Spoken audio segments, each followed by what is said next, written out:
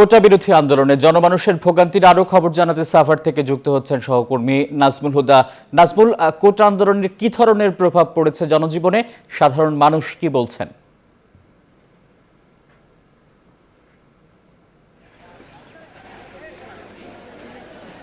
আসিফ টিপু, আপনাকে ধন্যবাদ। এই মুহূর্তে রয়েছি ঢাকা ইলচা মহাসড়কে এবং আপনারা জানেন যে কোটা বিরোধী আন্দোলন প্রায় ৮ ঘন্টা ধরে ঢাকা ইলচা মহাসড়কের সমস্ত যানবাহন বন্ধ হয়ে গেছে এবং এই বন্ধ থাকার কারণে কিন্তু যে এই সড়কের অবস্থা এখন দেখছেন যে পুরা দুর্ভোগ। এই দুর্ভোগে কিন্তু আশেপাশে যেসব সড়ক তীব্র যানজট এবং অচল হয়ে পড়েছে পুরা সড়ক এবং অস্থির হয়ে পড়েছে ঢাকার আশেপাশে যেসব সড়ক, সেই সড়কগুলি কিন্তু এখন ভয়াবহ অবস্থা। এবং এখন যেটা দেখছেন যে এই সড়কে দেখতেই পাচ্ছেন যে যারা আন্দোলনকারী যারা রয়েছে তারা কিন্তু মূলত এই সড়কের অবস্থা দেখতেই পাচ্ছেন। কোটা বিরোধী আন্দোলন, তারা কিন্তু আন্দোলনে কিন্তু আসলে দেখছেন যে আপিল বিভাগের থেকে আপাতত যে কোটা বাতিলের যে পরিপত্র বহাল সংক্রান্ত আদেশ দেওয়া হলেও আন্দোলনকারী শিক্ষার্থীরা যে নতুন কর্মসূচি থেকে আসলে সরছেন না এবং এই যে কোটা সংস্কার সহ রাজধানীর গুরুত্বপূর্ণ সড়ক সবই কিন্তু আসলে বন্ধ হয়ে গেছে। সড়কপথ, রেলপথ সব সড়কই কিন্তু এখন বন্ধ রয়েছে এবং